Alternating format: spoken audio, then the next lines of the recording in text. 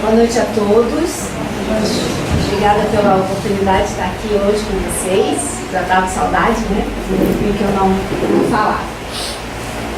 Então, hoje o tema, né, que foi escolhido, sempre vem o tema, me sopram o tema, e eu gostaria de falar sobre o alcoolismo hoje.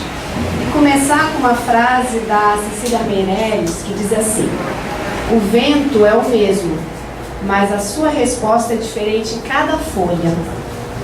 Eu acho que esse trecho desse poema é um poema muito bonito, é um livrinho que ela tem, não me recordo o nome da capa, mas ela vai fazendo a comparação com todas as plantas, com os animais e sempre fazendo essa comparação com o vento, né? E o que quer dizer?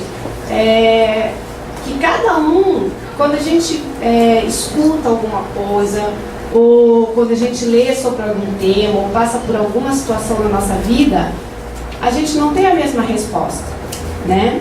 Mas aquela situação está ali, a gente de alguma forma tem que lidar com ela. Com a questão do álcool, eu acho bem interessante esse trechinho, porque o que acontece, né? A gente vê propaganda tanto enaltecendo, glamorizando o uso da bebida alcoólica, né? A gente não vê uma propaganda de cerveja com uma modelo feia, com o tempo chovendo, né? Se tem uma festa, aquelas pessoas lindas, elegantes, estão sempre com um copo na mão. Então, existe essa glamorização da bebida, né? Por outro lado, tem as campanhas, né? Não dirige, se beber não dirija. Mas sempre fica aquele paradoxo, né? Mas quanto que eu posso beber e será que realmente não é exagero não poder beber nada? Se eu tomar uma latinha só e sair dirigindo, vai acontecer alguma coisa? Né? Eu estou bem, eu estou falando, estou com os meus amigos, né? É exagero, não é? Então essa questão da comparação com o vento, né, é justamente isso, que para cada pessoa vai ter uma resposta diferente. Por quê? Porque a dependência é a junção, na verdade, da predisposição genética que o indivíduo tem e do ambiente que ele vive, né? Se a gente tem exemplo em casa, se eu tenho uma família que está acostumado, né, a conviver socialmente, que não faz uso exagerado, que é aquilo com moderação, que não existe alteração depois, né, eu vou ter uma certa visão. Se eu fui criada num ambiente que eu tinha algum pai ou mãe que usasse o álcool com frequência exagerada, que tivesse uma reação agressiva, eu vou ter outra visão, né, da coisa. Agora, como que... O microfone mais em pé, assim. Assim? Melhorou? Aqui, pra frente, assim. Isso. Aqui? Valeu, obrigada. Então, o que acontece? Como é que eu vou saber? Né? O meu ambiente, eu sei o ambiente que eu vivo. Agora, a predisposição genética, eu não sei se eu tenho aquela teclinha ou não, né? E aí, o que acontece? Se eu não tiver, eu vou conseguir ir numa festa e tomar uma dose de alguma coisa e volto de táxi, né, de preferência, e no dia seguinte eu vou estar bem, vai estar tudo bem, eu não vou sentir aquela vontade no dia seguinte ir lá e tomar mais uma dose, seja na festa, seja em casa, seja onde for. Mas e se a pessoa tiver, né? Então, a gente nunca sabe, né? É a resposta do indivíduo. Claro que nada é determinante, nada é uma ciência exata. Então, a gente tem os fatores combinados ali.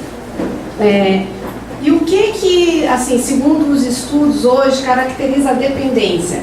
Normalmente, a gente como leigo acha que a pessoa bebeu, deu vexame, passou mal, ele é alcoólatra, ele é dependente, né? Mas, na verdade, os estudos dizem justamente o oposto, né? Aquela pessoa que bebeu, que passou mal, que fez uma cena, normalmente ela não tem a tolerância à bebida, ao álcool. Então, aquilo é um sinal que, né? Parou. Justamente a dependência ela vai se caracterizar no quê? No uso regular do álcool, em quantidades cada vez maiores, né? e a pessoa não está ali para fazer um social, para ficar com os amigos, para confraternizar. Ela tem necessidade daquilo para ela ficar num estado ou de euforia, ou mesmo para passar a irritabilidade, que com o tempo ela vai ficando irritada, cada vez ela precisa mais, ou porque ela precisa sentir um efeito diferente, e aí ela precisa de mais um pouquinho, aí uma latinha já não serve, aí são 2, daqui a pouco são 5, né? E parece que nada acontece com ela, tá bem, né? A mesma coisa que tomar água e assim vai. Então isso já é um sinal de que a pessoa pode estar desenvolvendo a dependência. Porque, na verdade, o que os estudos falam? Que essa dependência também não aparece da noite para o dia. Normalmente ela leva de 20 a 30 anos para se manifestar como uma real dependência.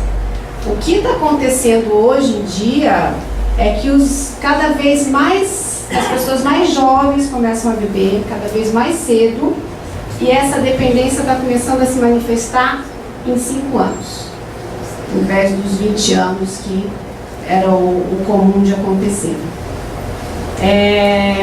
Então, assim, a questão da exposição precoce, né, a exposição ao álcool na adolescência, a probabilidade é que 25% desses adolescentes criem dependência. Né? E por que é tão nocivo? Fora todas as doenças que a gente sabe, né? Cirrose, hepatite, hipertensão, doenças do coração, também vai agir, vai intoxicar um corpo que ainda está em formação. Porque os órgãos e o cérebro só ficam completamente formados depois dos 18 anos. Então o efeito do álcool num organismo adolescente que ainda não está formado é muito mais nocivo, muito mais perigoso do ponto de vista biológico mesmo, do que para um adulto, né? Tirando isso, né, não vamos entrar nem em mérito de questão de acidente e esse tipo de coisa, é físico mesmo. Além dos adolescentes, também as mulheres são mais prejudicadas, porque como a gente tem um percentual maior de gordura no corpo, a questão da concentração do álcool se torna ainda maior. Então, se a mulher tem a predisposição, ela é muito mais facilmente atingida, ela precisa de doses menores, né? Por isso que às vezes a mulher é mais fraca para a bebida. É porque, na verdade, o próprio organismo, a composição do nosso organismo favorece essa predisposição. E aí o que acontece? Como a gente está numa casa espírita, né? O que eu falei até agora são os efeitos, assim, muito por cima, né? A gente também não é especialista, não dá para ir também para não ser muito, mas seria o que a gente tem de efeito no nosso corpo físico, né? Fora isso, o que acontece? A gente também tem o corpo sutil, né? A gente tem o nosso perispírito, os outros corpos e o corpo sutil. E além dos efeitos no físico, isso vai impregnando o nosso corpo astral também, né? Então, a vibração, os fluidos, ele vai intoxicando, e diz que faz uma intoxicação tão profunda que você precisa de várias existências para limpar aquilo do teu organismo e do teu, vamos dizer assim, para você se purificar nas suas existências, né? Então, normalmente, quando a gente, às vezes, né, a pessoa encarna numa família que tenha um pai que tenha alcoolismo, ou uma mãe, ou um irmão, enfim, né? E aí, às vezes, a pessoa tem ojeriza, né, da bebida, não pode nem ver. E aí vai perguntar, por que eu fui cair numa família dessa, né? Troco do que eu vim parar aqui? Se eu não gosto disso, nunca... Né? Então, o que pela luz do Espiritismo ele esclarece, né? Que na verdade foi uma prova que a pessoa pede enquanto espírito, né? Porque provavelmente ela também já sofreu dessa doença. E aí é uma forma de se purificar. Então vem ou como esposa, ou como irmã, ou como filho, né? Às vezes a pessoa manifesta uma hepatite, uma cirrose, e às vezes nunca bebi, Então é o quê? Teu corpo astral ficou tão impregnado que você vai sofrendo aqueles acidentes. E após as nossas existências, as nossas oportunidades de melhoria, a gente vai conseguindo purificar essa questão, né? Outro ponto também seria no nosso mental. Porque o que acontece? A gente é como um rádio. Né?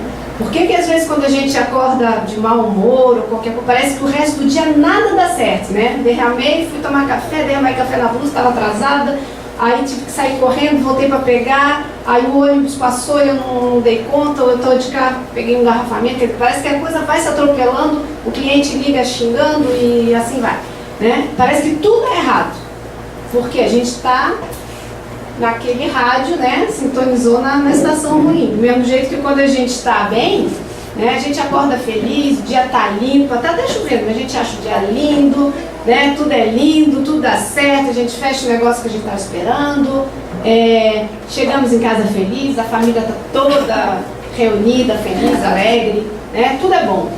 Né? Mas o que é o tudo é bom? A gente está bem. Né? Então, assim, tudo parte de nós mesmos, né? E aí quando a gente tem essa vibração, normalmente o que acontece, né? Se você tem um amigo que gosta de ir no cinema, né? Você vai fazer uma turma que gosta de ir no cinema. Se você tem a turma do futebol, todo mundo gosta de futebol. Se você gosta de dançar, você tem a tua turma do teatro, o pessoal que gosta de dançar. Se você gosta de beber, quem vai te acompanhar? Quem gosta de beber, né? Encarnados ou não. Então, também é aquela questão, às vezes, assim, que a pessoa, mas bebe, bebe, bebe e nunca cai, né? Provavelmente você tem outras companhias que estão usufruindo, né? E aí a gente tem aqui até na Casa Espírita, depois se vocês quiserem indicação de alguma literatura bastante interessante nesse sentido, né? E aí que aí descreve as técnicas, né, dos nossos amiguinhos desencarnados para usufruírem, porque quando a gente desencarna, na verdade a gente leva, né, o corpo é a nossa roupa, né? A gente tira a roupa, o corpo continua, né? Então o nosso espírito é imortal. E aí o que acontece? Todas aquelas sensações, porque quem anima o corpo é, na verdade, o nosso espírito, o nosso corpo astral. O que acontece? A gente vai levar todas aquelas impressões, né? Por isso que às vezes a pessoa desencarna, não tem conhecimento, acha que não entende por que as outras pessoas não enxergam, por que eu falo com você e você não me ouve, né? Então todas aquelas impressões vão sendo carregadas. E quando a pessoa tem essa necessidade, como qualquer outra necessidade que tenha, né? Ele vai sintonizar.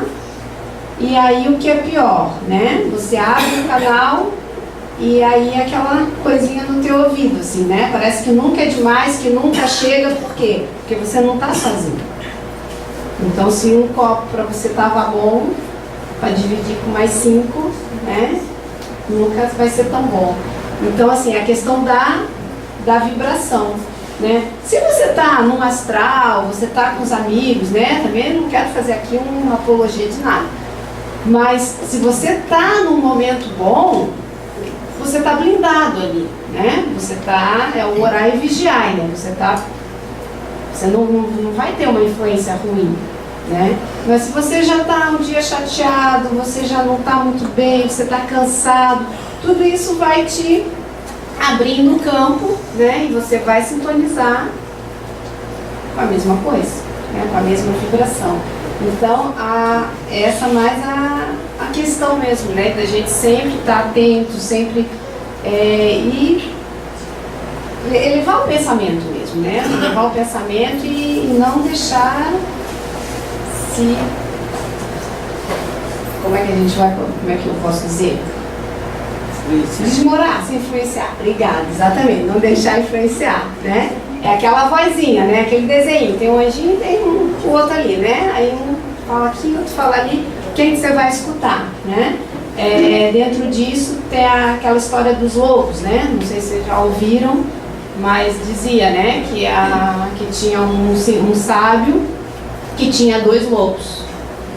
Um lobo era o lobo da compreensão, do amor, da humildade, e o outro lobo era a raiva, era a angústia, era a ira, né? E ele tinha aqueles dois lobos que viviam se degladiando. E aí o neto chegou para ele e perguntou: mas vovô, como é que você dá conta desses dois lobos? Qual é o lobo que vence essa briga no final? É o lobo que eu alimentar mais. Então, assim, a gente é o nosso próprio lobo, né? O que a gente vai escolher para alimentar, né? E aí, o que a gente consegue, como é que a gente vai modificar? Com a nossa vontade consciente. A gente não adianta. Se eu tenho um colega que tenha essa questão do alcoolismo, se eu tenho um pai, se eu tenho um filho, né? A gente pode orientar, a gente pode mostrar o caminho, mas se a pessoa não tiver a vontade consciente, eu vou me modificar, eu vou melhorar, a gente só pode mostrar as ferramentas. A gente não tem como fazer pelo outro, né? Como os outros não têm como fazer por nós, né? A vontade consciente é a vontade de cada um, né? É aquela coisa de um dia de cada vez. Hoje eu não consegui, mas daqui para frente eu vou tentar. O dia ainda não acabou, vamos dar mais um passinho, né?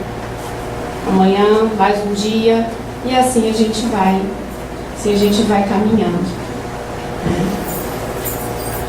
Bom, gente, sim, era mais ou menos isso que eu tinha para falar para vocês, para também não ficar me tornando repetitiva, né? Boa noite a todos, obrigada pela atenção de vocês, e vamos com Deus, vamos com fé, né? Muito obrigada.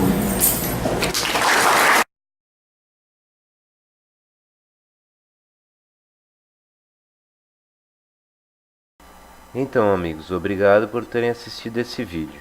Se vocês gostaram, cliquem no polegar para cima que está aqui embaixo.